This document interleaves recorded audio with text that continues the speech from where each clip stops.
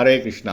தெய்வத்திராச பக்திவேதாந்த சுவாமி ஸ்ரீல பிரபுபாதர் விரிவான பொருள் உரைகளுடன் அழிய ஸ்ரீமத் பாகவதம் காண்டம் 3 பகுதி 1 பராமரிப்பு அத்தியாயம் 5 மைத்ரேயருடனான விதுரரின் உரையாடல்கள் பதம் 4 தத் சாது வத்யாதிச்சபத்மச்சம் ந சம்பிராதிதோ பகவான் ஏன பும்சாம் ஹிருதி ஸ்திதோ யச்சதி பக்திபூதே ஞானம் ச தத்வாதிகமம் பிராணம். மொழிபெயர்ப்பு. எனவே மாமுனிவரே, பகவானின் உன்னதமான பக்தி தொண்டை பற்றி எனக்கு உபதேசிக்க வேண்டுகிறேன். இதனால் பகவான் திருப்தி அடைந்து பக்தி தொண்டு முறையினால் தூய்மை அடைந்துள்ளவர்களுக்கு மட்டுமே உபதேசிக்க வேண்டும் என்ற வேத கொள்கைகளுக்கேற்ப எல்லோருடைய இதயத்திலும் உள்ள பகவான் என் இதயத்தில் இருந்து கொண்டே பரம சத்தியத்தை பற்றிய அறிவை புகட்டட்டும். பொருளுரை. முதல் காண்டத்தின் முன்பே விளக்கப்பட்டது போல இரண்டற்ற ஒருவரான பரம சத்தியம் சாதகனின் திறமைக்கேற்ப 3 நிலைகளில் உணரப்படுகிறார். தூய பகவத் பக்தர் மிக திறமை வாய்ந்த ஆன்மீகி ஆவார். இவரிடம் பலநோக்கு கர்மம் அல்லது தத்துவ கற்பனை ஆகியவற்றின் களங்கம் சிறிதும் இல்லை.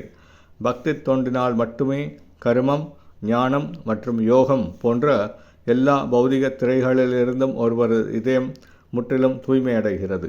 இவ்வாறு தூய்மையடைந்த நிலையில் உள்ள பக்தனுக்கு மட்டுமே பகவான் அவனுடைய இதயத்தில் இருந்து கொண்டு பரமபதத்தை அடைவதற்குரிய உபதேசத்தை அவனுக்கு அளிக்கிறார். இதை பகவத்கீதை உறுதி செய்கிறது.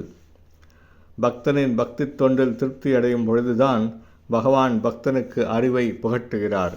இவ்வாறுதான் அர்ஜுனனும் உத்தவரும் அறிவை பெற்றனர். ஞானிகளும் யோகிகளும் கர்மிகளும் பகவானின் இந்த நேரடியான உதவியை எதிர்பார்க்க முடியாது.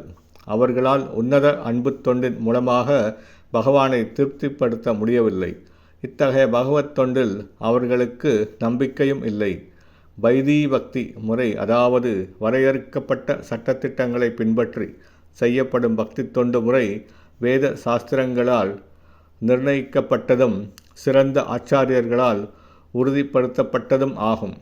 இப்பயிற்சியானது ராகபக்தி நிலையில் பகவான் சைத்திய குருவாக உள்ளிருந்து பக்தனுக்கு வழிகாட்டுகிறார். பக்தர்களைத் தவிர மற்றெல்லா ஆன்மீகிகளும் தனிப்பட்ட ஆத்மாவிற்கும் பரமாத்மாவிற்கும் இடையில் வேறுபாட்டை காண்பதில்லை. ஏனெனில் தனிப்பட்ட உணர்வும் மேலான உணர்வும் ஒன்றே என்று அவர்கள் தவறாக கணக்கிடுகின்றனர்.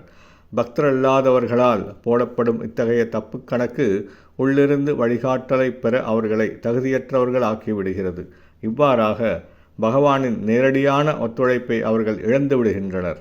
பற்பல பிரிவுகளுக்கு பின் பகவான் வழிபடத்தக்கவர் என்பதையும் பக்தன் ஒரே சமயத்தில் பகவானுடன் ஒன்றுபட்டவனாகவும் வேறானவனாகவும் இருக்கிறான் என்பதை உணரும் பொழுது மட்டுமே ஓர் அத்வைதியால் பகவான் வாசுதேவனிடம் சரணடைய முடியும்.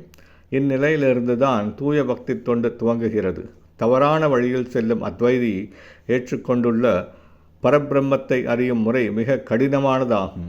ஆனால் பரபிரம்மத்தை அறிவதற்குரிய பக்தனின் வழி பக்தி தொண்டால் திருப்தியடையும் பகவானிடமிருந்து நேரடியாக வருகிறது. எதனால் பகவானை திருப்திப்படுத்த முடியுமோ அந்த பக்தி மார்க்கத்தை பற்றி விவரிக்கும்படி மைத்ரேயரிடம் விதுரர் ஆரம்ப சாதகர்களின் சார்பாக கேட்டுக்கொண்டார். ஹரே கிருஷ்ணா.